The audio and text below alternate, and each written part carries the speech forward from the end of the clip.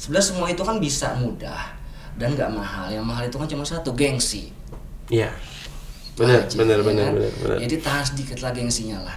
Nah, kalau Kenang sendiri, itu gimana cara membiayai hobi supaya hobi tetap jalan, tapi finansial juga tetap sehat? Kalau saya tuh berpikir seperti ini, Mas.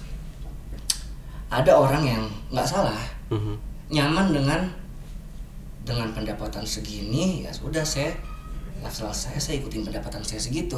Nah, tapi kalau saya tuh lebih berpikir bahwa kalau saya suka sama hal itu, yang saya rasa saya belum bisa lifestyle seperti itu. Tapi saya pengen ke sana. Ya gimana caranya saya ningkatin pendapatan saya untuk bisa ke arah lifestyle sana gitu. Jadi saya kejar gitu. Oh, loh. gitu. Dan saya pun juga tidak akan memaksakan. Kalau memang saya belum bisa ya sebaiknya nggak usah. Gitu. Soalnya gini, ada salah satu kenalan gue lah, mungkin bukan temen deket tapi gue kenal, ada orang dia itu hobi sepeda, mungkin mirip lah sama hobinya Kenang gitu. Cuman gue dapat info gitu kan, ya biasa lah ya, kadang suka ada gosip-gosip gitu.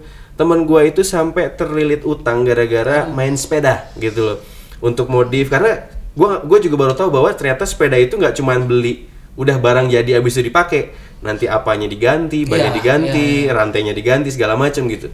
Dan dia tuh sampai terlilit utang gara-gara hobi sepeda gitu. Nah, siasatnya supaya itu nggak terjadi gimana? Ya itu dia, kalau misalnya memang ya kita laki-laki lah ya, apalagi laki-laki ya juga kita calon pemimpin, calon kepala rumah tangga dan sebagainya, ya bijak-bijak juga lah dalam pengeluaran, jangan terlalu bodoh-bodoh juga. Kalau memang kita nggak mampu ya jangan dipaksakan gitu loh.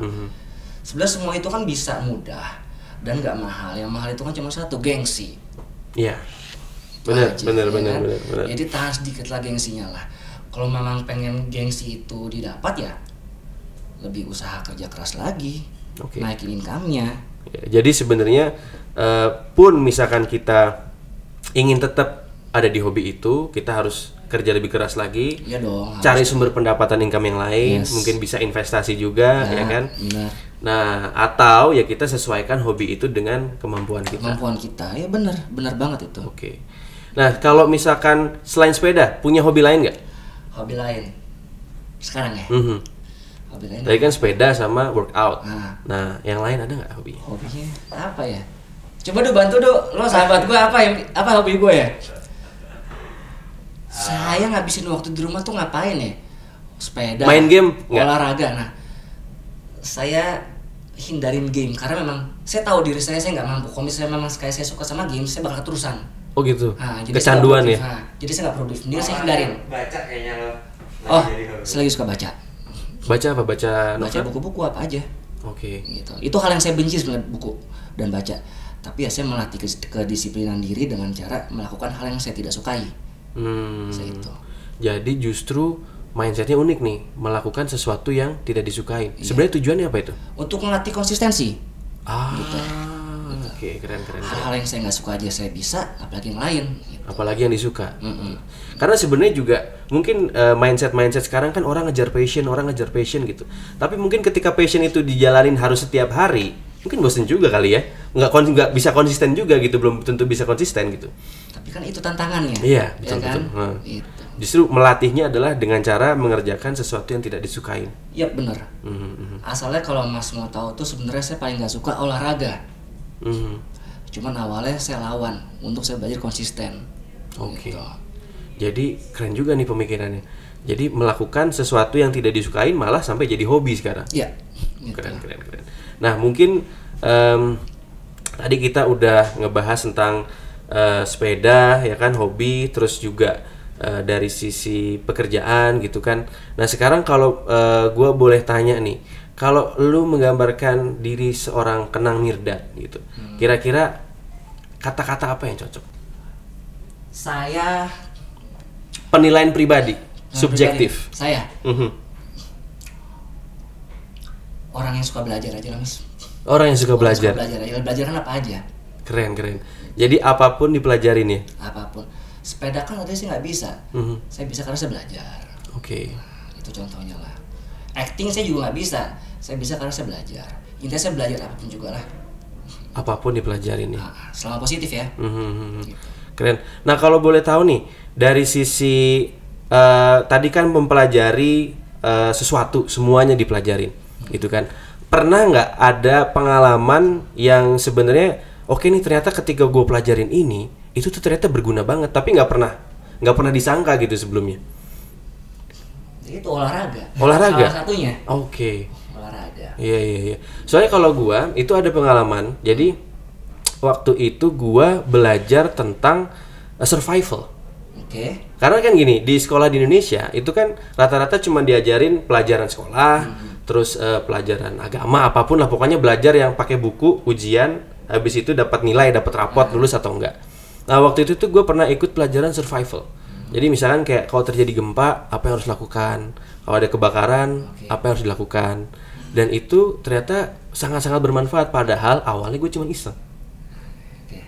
Jadi waktu itu gue pernah ikut satu kelas gitu kan, mempelajari tentang kalau terjadi gempa, cari tempat yang kalau bisa keluar, atau kalau misalnya nggak bisa keluar, berlindung di tempat yang kuat, kayak gitu-gitu. Kok bisa punya pikiran ke sana? Nggak tahu. Nah, Mas Kenang punya pengalaman yang sama nggak? Karena kan hobinya mempelajari sesuatu yang baru nih.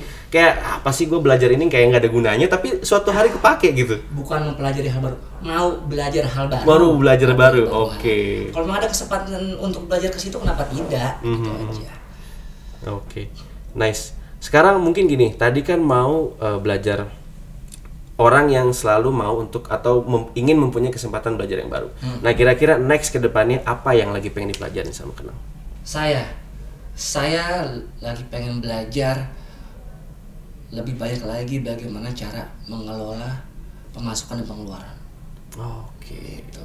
Karena memang kadang-kadang saya juga masih suka boros. Cuman boros masih dalam batas wajar ya. Iyalah, cowok biasa. Gitu, saya masih pengen belajar itu, Mas. Nah, kalau emang lagi ingin belajar tentang finansial gitu kan, mungkin gak ada salahnya untuk mencoba investasi juga. Gitu. Udah pernah investasi belum sebelumnya? Saya investasi di aset mungkin ya. Aset properti. Oke. Gitu. Saya dari dulu diajarin sama mama saya bahwa kalau memang ada uang lebih, ya taruhnya di tanah aja. Gitu. Dan saya coba ikutin itu dan ternyata itu ngebantu banget waktu kemarin pada saat awal pandemi itu tuh saya benar-benar stuck itu tuh, kerjaan saya yang lain semuanya itu stuck, nggak bisa apa-ngapain, sampai akhirnya aset saya itu berguna.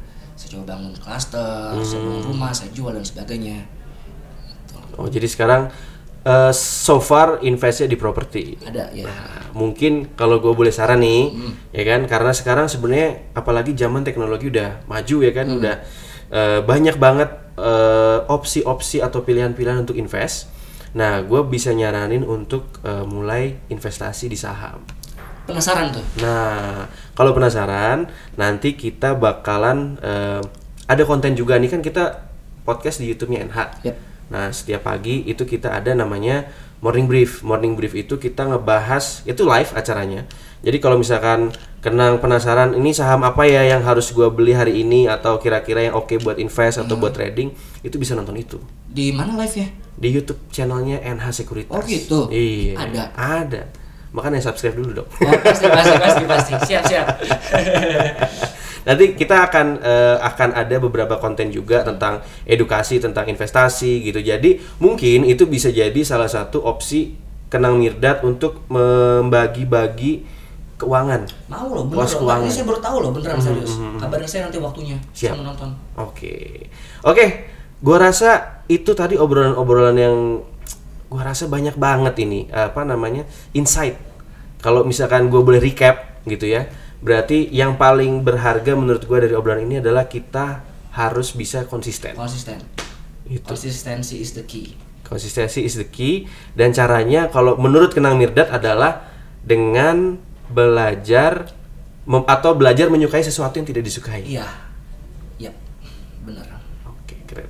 Nah, mungkin ini one last question sebelum kita benar-benar akhiri. Gua kan kemarin research tentang Kenang Mirdad dan juga keluarga. Gua lihat Bapak Jamal Mirdad kan masuk ke politik tuh.